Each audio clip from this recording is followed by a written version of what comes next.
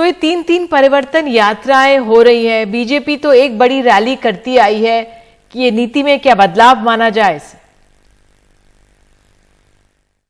नहीं, बदलाव नहीं है। चुनाव की तैयारी से पहले खूब सारे चरण से गुजरना होगा और इसके लिए खासतौर पर हम लोगों ने जो शुरुआती दौर में सबसे पहले कोशिश की कि हमारा संगठन धरातल पर मजबूत हो। इसलिए 52,000 बूथ में से 50,000 बूथ तक आज हम फोटोयुक्त बूथ समिति गठित कर ली हम लोगों ने, और अब हमारे पन्ने के लोगों को मोटिवेट करने का अभियान चल रहा है। जो गुजरात की तर्ज पर पन्ना प्रमुखों की नियुक्ति थी और पन्ना समिति, दूसरा पक्ष था हमारा जो एक पार्टी का जो क्रिएटिव काम होता है। हम 3 आयामों पर काम करते हैं, संगठन, रचना और आंदोलन।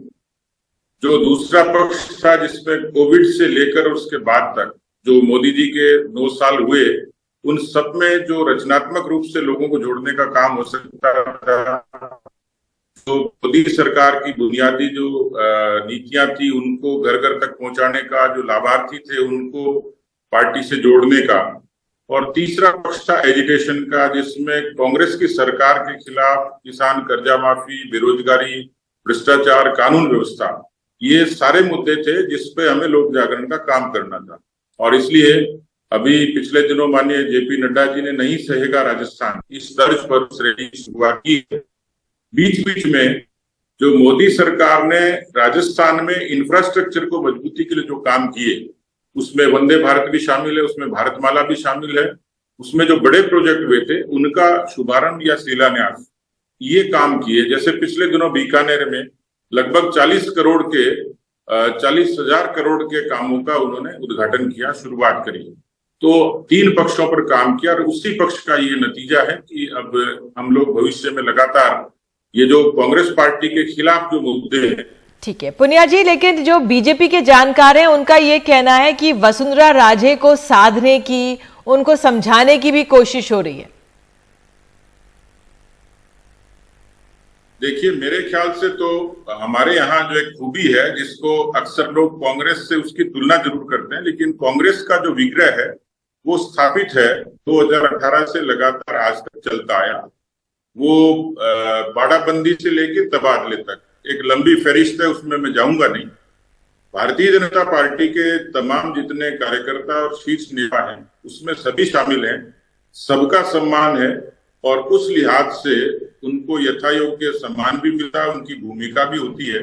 इसलिए आदरणीय वसुंधरा जी पार्टी की सम्मानित नेता है, पार्टी उनको उस नेता की तर्ज पर आज वो जेपी नड्डा जी के साथ राष्ट्रीय उपाध्यक्ष हैं, उस नाते राजस्थान में भी, और पूर्व मुख्यमंत्री के नाते और एक वरिष्ठ नेता के नाते उनका जो पार्टिसिपेशन रहता है उसमें उनकी भागीदारी रहती है।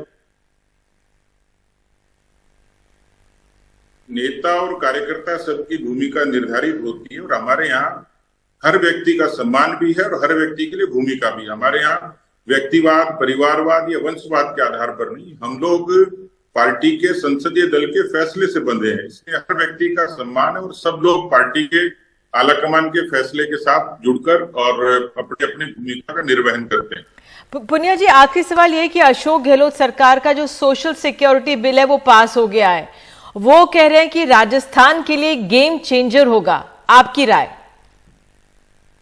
देखिए, मेरे ख्याल से पहली बात तो ये है कि वो अक्सर योजनाओं के आधार पर कुछ पॉपुलिस्टिक स्कीम्स के आधार पर लोगों को यानी वोटर्स को चुनाव के 11 नंबर पर जब काउंटडाउन शुरू हो गया तब वो इन्फ्लुएंस करने की कोशिश करते हैं। फ्रीबीज के जरिए जो रेवड़ियां बांटने का अक्सर जुमला चलता है, इसी तर्ज पर सोशल सिक्योरिटी के लिए बिल तो उन्होंने खूब लाए, राइट टू हेल्थ लेकर आए, राइट टू एजुकेशन लेकर आए, और भी बहुत सारे बिल्स हैं। लेकिन अशोक गहलोत सरकार की जो सबसे बड़ी कमजोरी है वो कथनी और करनी का फर्क, दूसरा एग्जीक्यूशन का फर्क, क्रियान्विति का असर, यानी घोषणा और कागज और उसके बाद धरातल, इसमें जमीन आसमान का फर्क है।